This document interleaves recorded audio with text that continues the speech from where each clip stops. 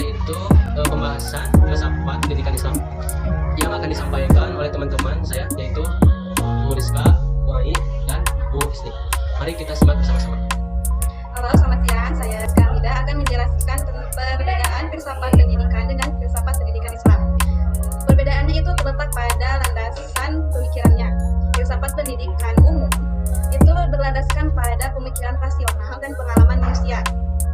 Manusia sebagai pusatnya yang bertujuan untuk memanusiakan manusia, mengembangkan potensi dan mencari pengetahuan.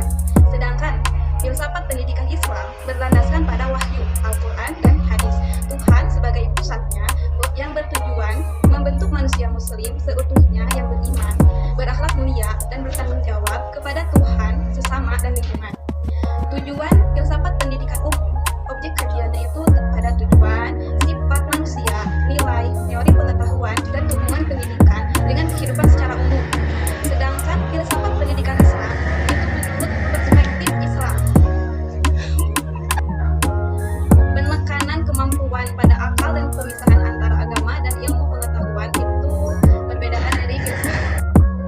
Dan yang terakhir, perbedaan filsafat pendidikan umum dengan filsafat pendidikan Islam itu dalam penekanan kemampuan pada akal dan pemisahan antara ilmu agama dan ilmu pengetahuan. Sedangkan filsafat pendidikan Islam itu mengintegrasikan antara akal dan wahyu serta ilmu dunia dan akhirat. Yang kedua, filsafat dan pendidikan Islam memiliki hubungan yang sangat erat.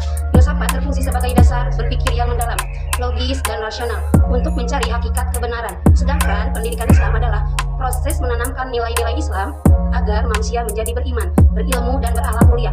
Keduanya saling berkaitan karena satu, filsafat Islam memberikan landasan dan arah bagi pendidikan Islam. Terutama filsafat Islam memberikan landasan dan arah bagi pendidikan Islam, terutama dalam menentukan tujuan, metode, dan nilai-nilai pendidikan yang sesuai dengan ajaran Al-Quran dan hadis. Dua, pendidikan Islam menjadi sarana penerapan nilai-nilai filsafat Islam dalam kehidupan nyata melalui proses belajar dan pembinaan akhlak. Tiga, filsafat membantu pendidikan memahami hakikat manusia, ilmu, dan tujuan hidup menurut pandangan Islam.